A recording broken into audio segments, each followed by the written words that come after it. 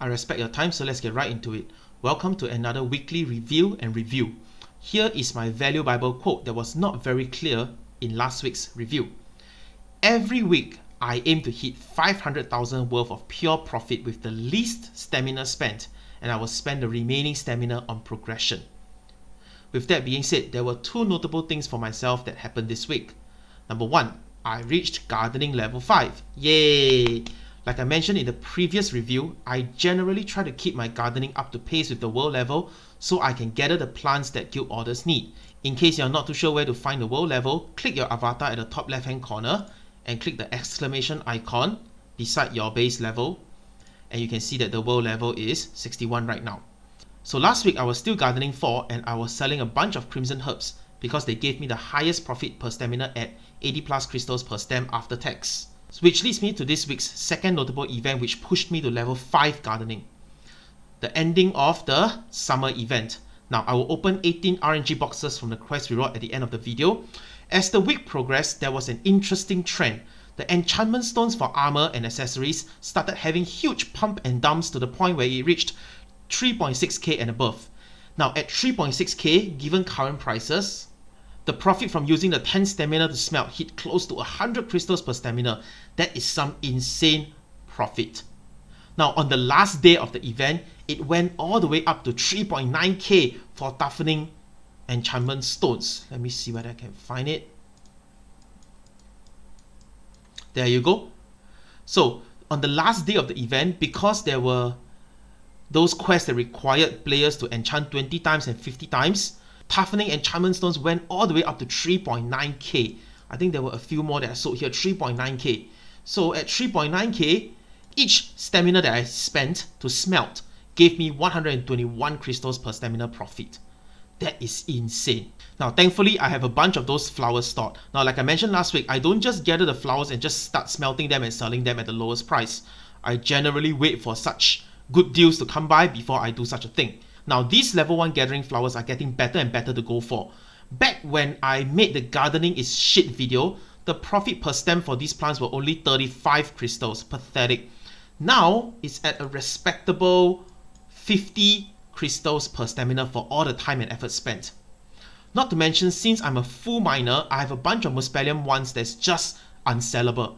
Now thanks to this event, I got rid of all my Muspelheim ones that were unsellable, and I leveled up my gardening to 5, and I made a huge profit on the toughening enchantment stones.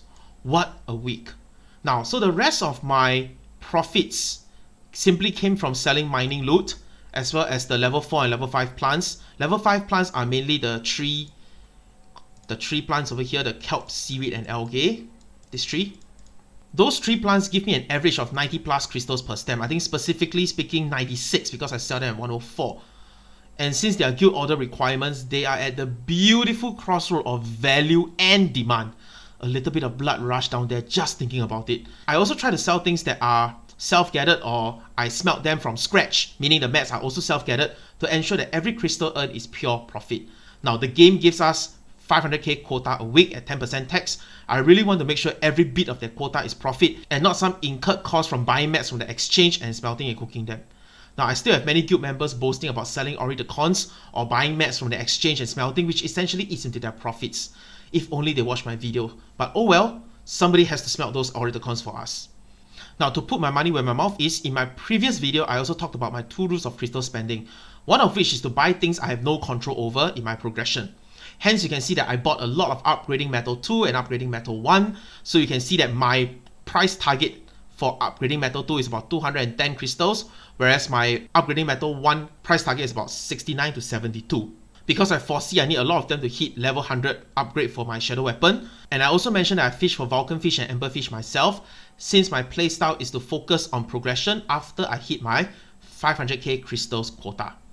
So all this stamina is spent on fishing, and you can see I bought a bunch of level 2 upgrading metal, level 1 upgrading metal. So the plan is to synthesize all the level 1 upgrading metal to level 2, and I'm going to self-smelt the Fracon 2 and Basics 2, since the savings per stamina value is very high.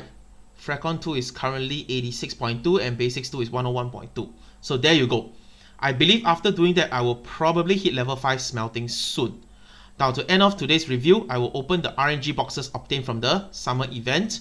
So you can see that I exchanged the outfit as well as 18 RNG boxes with my silver coins. For the yellow stars, I changed them for 10 refinement packs, 10 upgrading packs, 1 luminary pack, and 1 enchantment pack to just nice hit 0. So here's the opening of the 18 loot boxes.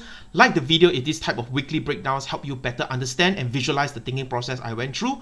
Subscribe and turn on notifications if you like videos that give you value and help you stay ahead of the free-to-play curve. Oh yeah, I'm very close to 1k subscribers and it helps me unlock that community tab which I can utilize to update about in-game pump and dumps like the 3.9k enchantment stones without the need of making a video. So anyway, that's it for me. Let me know how was your luck with the RNG boxes and whether my 18 boxes were good or not good. As always, outplay, not outpay. Bye!